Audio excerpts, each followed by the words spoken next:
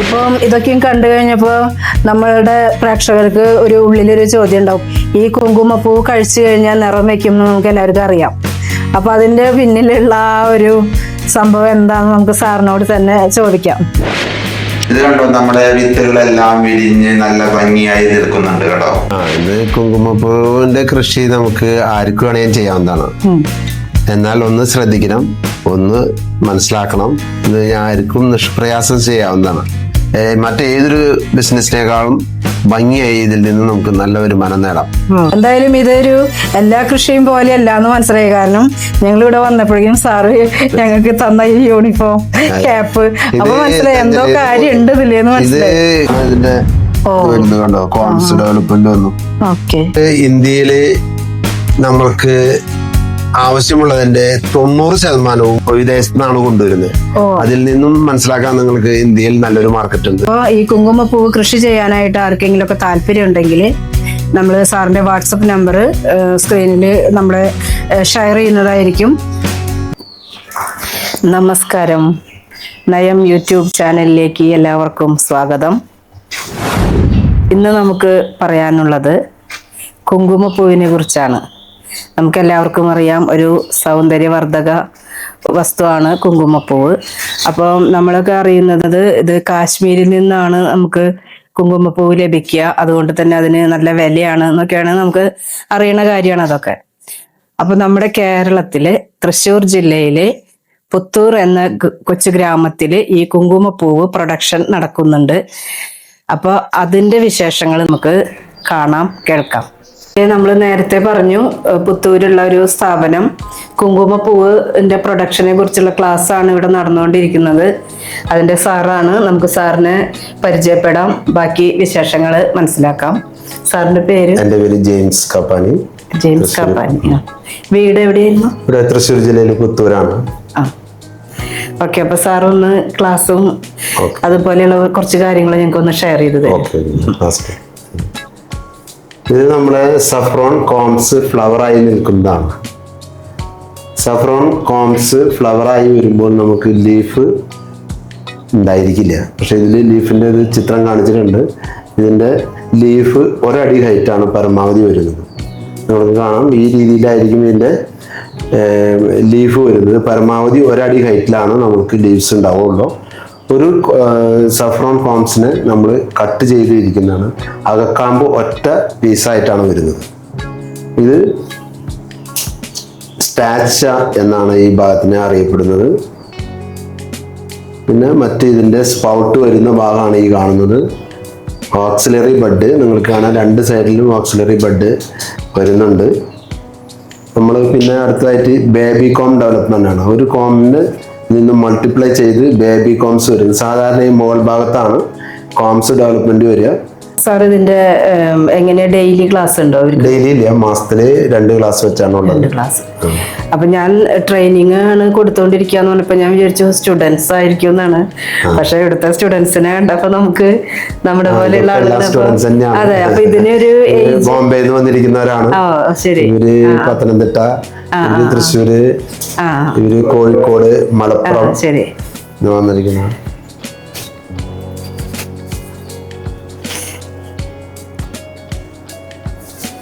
അപ്പൊ ഇതെങ്ങനെ ഫീസ് ഉണ്ടോ പഠിക്കാൻ? ഫീസ് ഉണ്ട്, ചെറിയൊരു ഫീസ് വരുന്നുണ്ട് അല്ലേ?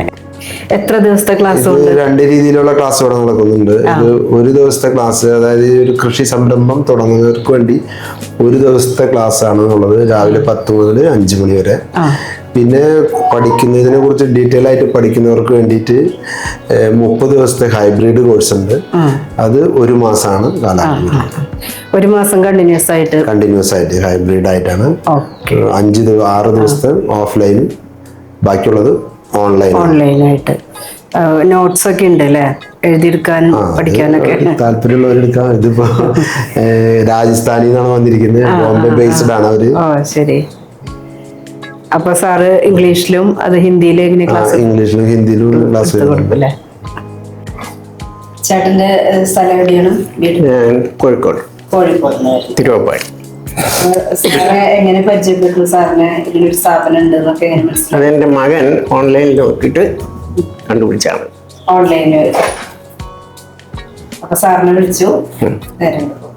അപ്പൊ ഇതിങ്ങനെ പഠിക്കണം എന്ന് ഉള്ളിലൊരു ആഗ്രഹം ഉണ്ടാവാൻ എന്താ കാരണം? കാരണം ഞാനൊരു എന്താ പറയണ്ടേ കർഷക കുടുംബത്തിലുള്ള വ്യക്തിയാണ്.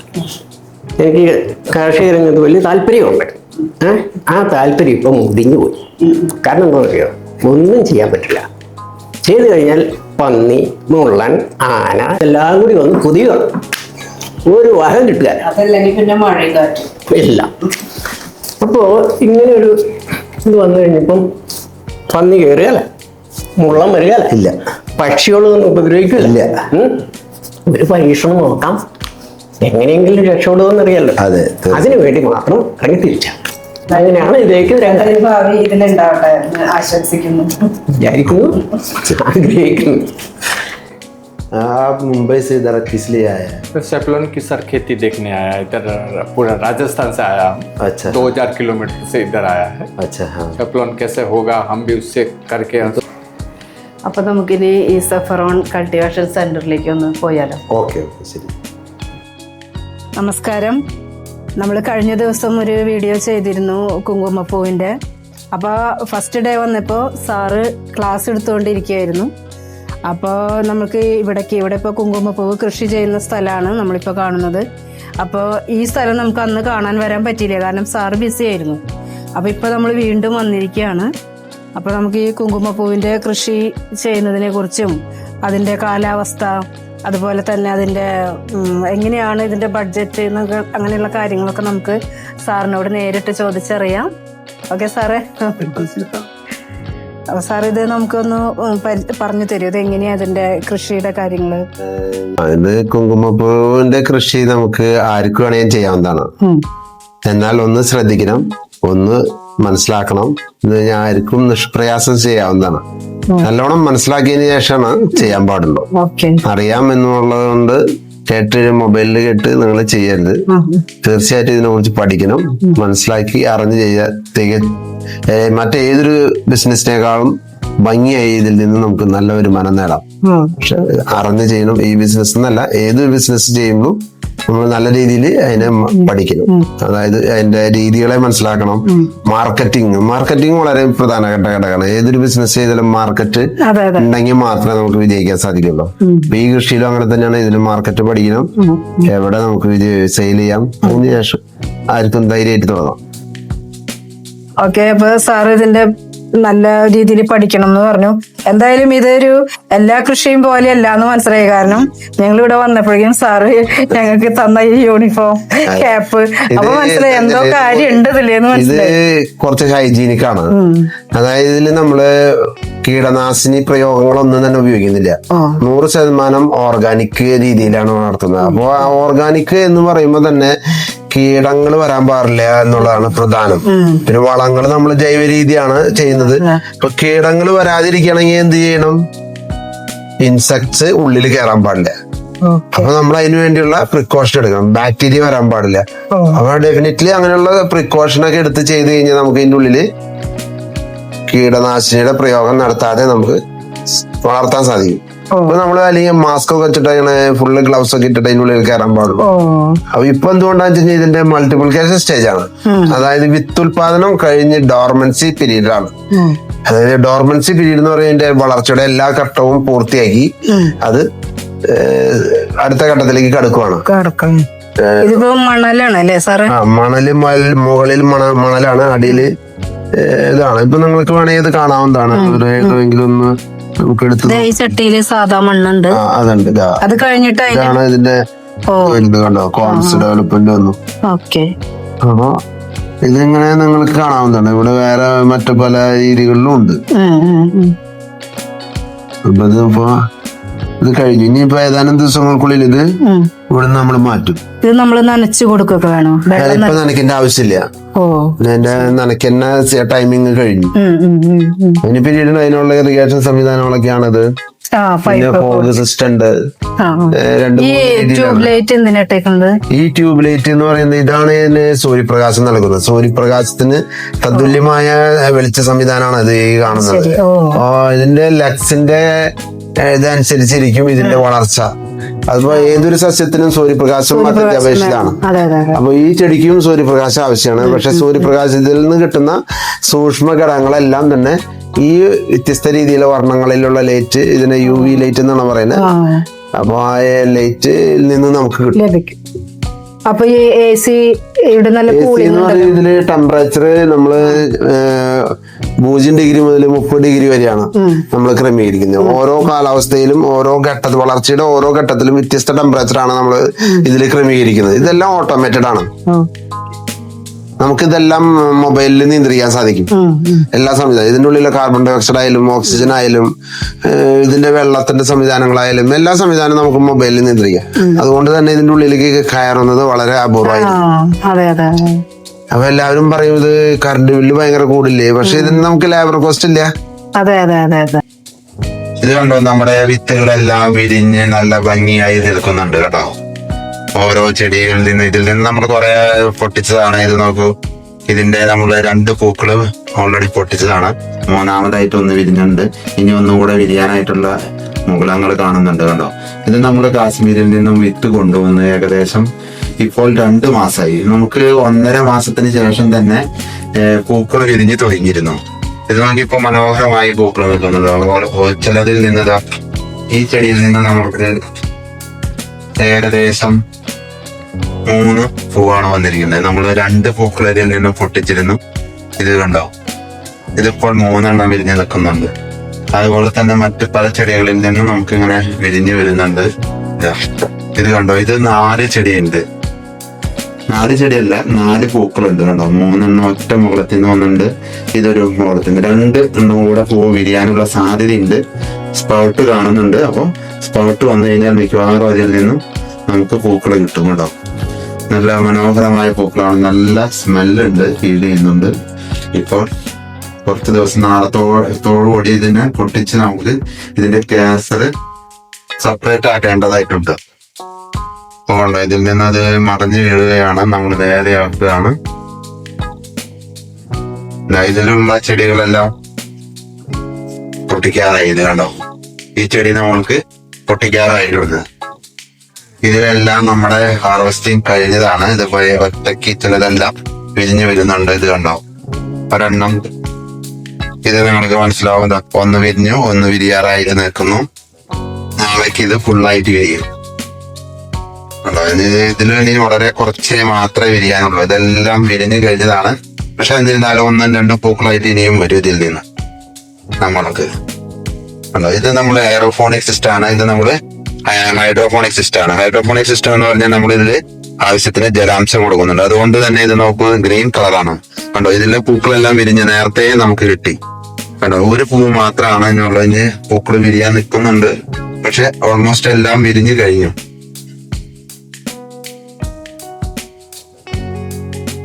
മുകളിലെ ട്രേകളെല്ലാം വിരിഞ്ഞ് ചിലതെല്ലാം വിരിഞ്ഞുകൊണ്ടിരിക്കുന്നു. ചിലത് വിരിഞ്ഞു കഴിഞ്ഞു. ഇത് വാടി തീർന്നു. ഇനി അടുത്ത ഇതിനെയെല്ലാം നമ്മൾക്ക് ഇനി വിത്തുൽപാദനത്തിലേക്ക് കടക്കുകയാണ്. ഇനി അടുത്ത ഘട്ടം എന്ന് പറയുന്നത്. ഇപ്പോൾ നമ്മളത് പൂക്കൾ വിരിഞ്ഞ് അതിന്റെ ഹാർവെസ്റ്റിംഗ് കഴിയുന്ന സ്റ്റേജിലാണ് കണ്ടോ. ഈ ചെടിയിൽ നിന്നും 3 പൂക്കളാണ് വന്നിരിക്കുന്നത് കണ്ടോ.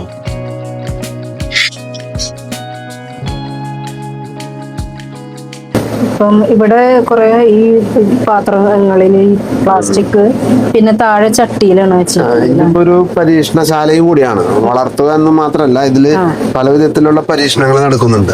അപ്പൊ അതിന്റെ ഭാഗമായിട്ടാണ് ഇങ്ങനെ പല രീതികളിൽ. അപ്പൊ നമ്മള് ഈ ചട്ടിയിൽ വെച്ച് കഴിഞ്ഞാൽ എന്തുണ്ടാവും, ഇതിലൊരു വ്യത്യസ്ത മണ്ണും വ്യത്യസ്ത രീതിയിലുള്ള പരിചരണമായിരിക്കും ഓരോ ചട്ടിക്ക് വരുന്നത്. അപ്പൊ ഈ ചട്ടിയുടെ ഉണ്ടാവുന്ന റിസൾട്ട് എന്താണ്, ഇതിനും വ്യത്യസ്ത രീതിയിലായിരിക്കും.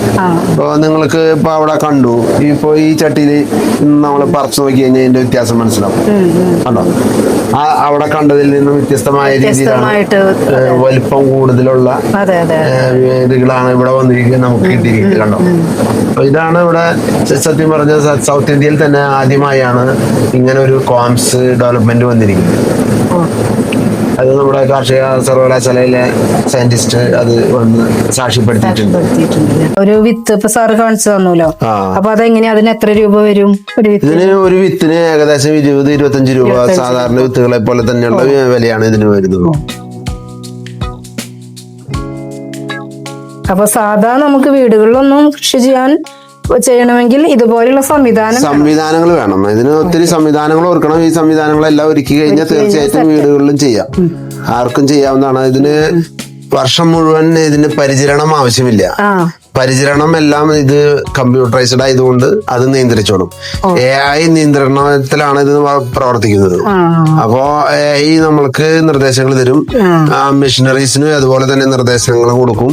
അപ്പൊ അതനുസരിച്ച് ഇത് ഇങ്ങനെ പ്രവർത്തിച്ചുകൊണ്ടിരിക്കും. നമുക്ക് ഇതിൽ വിത്ത് നട്ട് കഴിഞ്ഞാൽ പൂ പറിക്കാനായിട്ടുള്ള മാത്രമാണ് ഇതിൽ കയറുന്നത്. അതിന്റെ ഇടയിൽ നമുക്ക് കയറണ്ട. മറ്റേതൊരു കൃഷിക്കും അതെന്തായി, അവിടെ കീടം വന്നു, ഇവിടെ ഇല കരിഞ്ഞോ, ഇതൊക്കെ നോക്കണം. ഇതിന് പൂവുണ്ടാവുന്ന സമയത്ത് ഇല തന്നെ ഇല്ല, ഇലയെ നോക്കണ്ട. അപ്പൊ അതുകൊണ്ട് അത് മാത്രമല്ല, മറ്റ് പലവിധ ആക്രമണങ്ങളും സംഭവിക്കാം. പക്ഷെ അതിനെല്ലാം പ്രതിരോധ നടപടിയാണ് നമ്മൾ സ്വീകരിക്കുന്നത്. അല്ലാതെ വന്നു കഴിഞ്ഞിട്ട് അതിനെ പ്രതിരോധിക്കുകയല്ല ചെയ്യുന്നത്. വരാതിരിക്കാൻ വേണ്ടിയുള്ള പ്രിക്കോഷനാണ് നമ്മളിവിടെ ചെയ്യുന്നത്, എടുക്കുന്നത്. ഇപ്പോ നമ്മൾ മുൻകാല പ്രതിരോധ നടപടികൾ നമ്മുടെ ഗവൺമെന്റ് തന്നെ സ്വീകരിക്കുന്നുണ്ട്. മഴ വരുന്നതിന് മുന്നേ എന്തൊക്കെ ചെയ്യണം. അപ്പൊ അതുകൊണ്ട് അങ്ങനെ സ്വീകരിച്ച് കഴിഞ്ഞാൽ ആ പർട്ടിക്കുലർ പ്രദേശങ്ങളിൽ യാതൊരുവിധ അസുഖങ്ങളും വരുന്നില്ല. അതുപോലെ തന്നെയാണ് ഇത്. നമ്മൾ അസുഖം വരുന്നതിന്റെ തൊട്ട് മുന്നായിട്ടുള്ള കുറെ പ്രിക്കോഷൻസ് എടുക്കണം. അതെല്ലാം നമുക്ക് ഈ ചെടി കാണിച്ചു തരും. നിങ്ങൾ ഇങ്ങനെയുള്ള പ്രിക്കോഷൻ എടുക്കണം എന്നുള്ളത് നമുക്ക് ഇതിൽ നിന്നും മനസ്സിലാക്കാൻ സാധിക്കും. അപ്പൊ അതെല്ലാം ഈ ഇതുപോലുള്ള ക്യാമറകൾ ഇവിടെ പല സ്ഥലങ്ങളിലും ഉണ്ട്, ഹിഡൻ ക്യാമറകളുണ്ട്. അപ്പൊ ആ ക്യാമറകളിലൂടെ നമുക്ക് ഇതെല്ലാം കാണാൻ പറ്റും. അപ്പൊ അതുകൊണ്ട് നമ്മുടെ റൂമിലിരുന്ന് തന്നെ നമുക്ക് റൂമിലിരുന്ന് തന്നെ ഇതിന് വേണ്ട എന്തെങ്കിലും കാര്യങ്ങൾ ആവശ്യമുണ്ടെങ്കിൽ നമുക്ക് കാണാൻ സാധിക്കും. Java is very simple. ഇത് വളരെ സിമ്പിൾ ആണ്, എന്നാ ശ്രദ്ധിക്കും വേണം. അതെ അതെ, is very simple but not easy. Not easy. ഇത് നമ്മള് വിത്ത് കൊണ്ടുവച്ചാൽ പിന്നെ പൂ പറിക്കാൻ അതിന്റെ ഉള്ളിൽ കയറുന്നുള്ളൂ. അതെ അതെ അതെ. അപ്പൊ ആ കാര്യം ശ്രദ്ധിച്ചു കഴിഞ്ഞാൽ ഓക്കെയാണ്. അതുവരെയുള്ള ആ ഒരു പീരീഡ് നമ്മൾ വളരെ കൃത്യതയോടെ മോണിറ്റർ ചെയ്യുക എന്നുള്ളതാണ്. എന്താണ് വ്യത്യാസങ്ങൾ വരുന്നതെന്നുള്ളത് ശ്രദ്ധിച്ചാൽ മതി. അതെ സാർ, ഇത് ഈ വിത്ത് കുഴിച്ചിട്ട് കഴിഞ്ഞാല് ഇതിന്റെ വിളവെടുപ്പ് കാലാവധി എത്ര സമയം പിടിക്കും? ഇത് ഒരു വിത്ത് കുഴിച്ചിടില്ല, ഇതുപോലെ തന്നെ വെറുതെ വെക്കുള്ളൂ. ഇതിപ്പോ ഇങ്ങനെ വെച്ച് കഴിഞ്ഞാൽ ആവശ്യമായ കാലാവസ്ഥ നിയന്ത്രണങ്ങളാണ് നമ്മൾ വരുത്തുന്നത്. ഇതിന് സ്പൗട്ടിങ് വരാൻ വേണ്ടിയിട്ട് ഒരു പ്രത്യേക കാലാവസ്ഥ ക്രമീകരണം കൊടുക്കുകയാണ് നമ്മൾ ചെയ്യുന്നത്. ആ കാലാവസ്ഥ ക്രമീകരണം കൊടുക്കുമ്പോൾ ഇതിൽ നിന്ന് നേരിട്ട് പൂവാണ് വരുന്നത്. സാധാരണ മറ്റു ചെടികളെ പോലെ ഇല വന്ന് അങ്ങനെയല്ല ഉണ്ടാവുന്നത്. ഇത് നേരിട്ട് പൂവാണ് വരിക. അപ്പൊ ആ ഒരു കാലാവസ്ഥ ഇതിന്റെ പീരീഡ് എന്ന് പറയുന്നത് നമുക്ക് 8 മുതൽ 10 ആഴ്ചക്കുള്ളിൽ ഇത് പൂ വിരിയും. നമ്മള് ഒരു പ്ലാൻ 2.5 മാസം, 8 മുതൽ 10 ആഴ്ച. 10 ആഴ്ചയുള്ള 2.5 മാസം. 2 മുതൽ 2.5 ആഴ്ച, 2.5 മാസം. മനസ്സിലായി, 2.5 മാസം മതി.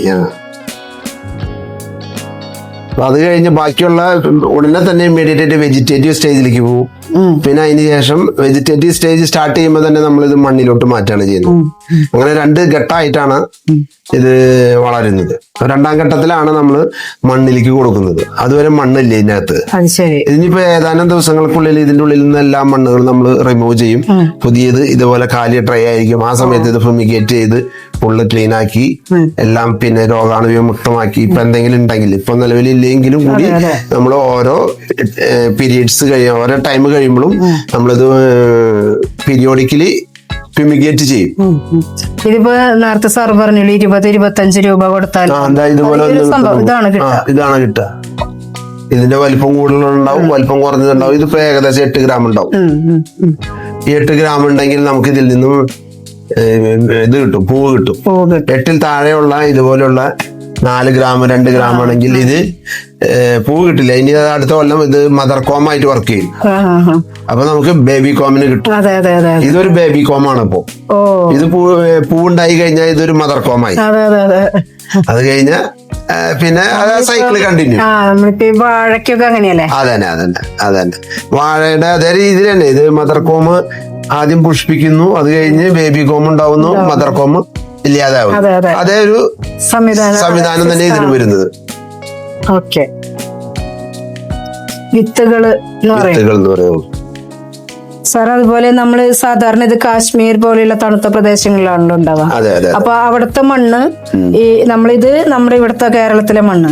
അപ്പൊ എങ്ങനെയാ അതിന്റെ ഒരു സാമ്യത കൊണ്ടുവരാം? അത് നമ്മള് മണ്ണിനെ പല രീതിയിലുള്ള ടെസ്റ്റുകളിലൂടെ നമ്മൾ ഈ മണ്ണിന്റെ ഘടന പരിശോധിക്കും. തീർച്ചയായിട്ടും കാശ്മീരിലെ മണ്ണിന്റെയും ഘടന പരിശോധിക്കും. അതിലടങ്ങിയിരിക്കുന്ന മൂലകങ്ങൾ എന്താണെന്നും മനസ്സിലാക്കി അതിന്റെ രാസഘടനയൊക്കെ മനസ്സിലാക്കിയതിനു ശേഷം ആവശ്യമായ പോഷകങ്ങൾ നമ്മൾ അതിൽ ആഡ് ചെയ്യുകയാണ് ചെയ്യുന്നത്. അപ്പോൾ ഇത് വളർച്ചയ്ക്ക് ആവശ്യമായ പോഷകങ്ങൾ ആഡ് ചെയ്ത് അത് സ്റ്റെറിൽ ചെയ്ത് ഇവിടുത്തെ മണ്ണിനെ സ്റ്റെറിൽ ചെയ്ത് നല്ല ഇതായിട്ട് എന്തൊക്കെയാണോ അതിൽ കൂടുതലുള്ളത് അതിനെ കുറയ്ക്കുകയും കുറവുള്ളതിനെ നമ്മൾ വർദ്ധിപ്പിക്കുകയും ചെയ്ത് ന്യൂട്രലാക്കി അതിന് ആനുപാതികമായ ഒരു റേഷ്യോ നമ്മൾ അതിന് കണ്ടുപിടിച്ചിട്ടുണ്ട്. ആ റേഷ്യോ ചെയ്താൽ മാത്രമാണ് ഇത് ഉണ്ടാവുകയുള്ളൂ. അപ്പൊ ഞാൻ നേരത്തെ പറഞ്ഞത് സൗത്ത് ഇന്ത്യയിൽ ആദ്യമായിട്ടാണ് ഇങ്ങനെ വിത്ത് ഉൽപാദനം വിജയകരമായി വന്നിരിക്കുന്നത്. അപ്പൊ അതിന്റെ പിന്നിൽ കുറെ സംഭവങ്ങളുണ്ട്. നല്ലൊരു ത്യാഗത്തിന്റെ കഥകൾ. തീർച്ചയായിട്ടും. അതായത് നമുക്ക് ഉള്ളിലൊരു ദൃഢമായ ഒരു എന്താ പറയാ അതിനൊരു പാഷൻ കാര്യങ്ങളും ഉണ്ടെങ്കിൽ അവിടുത്തെ കാലാവസ്ഥനെ നമുക്ക് ഇവിടെ കൊണ്ടുവരാം. ഇത് മാത്രല്ല ഏത് കൃഷി ഞാൻ ധാരാളം വിദേശത്ത് സമാന രീതിയിലുള്ള കൃഷികൾ ഞാൻ കണ്ടിട്ടുണ്ട്. ഞാൻ സൗദിയിലായിരുന്നു.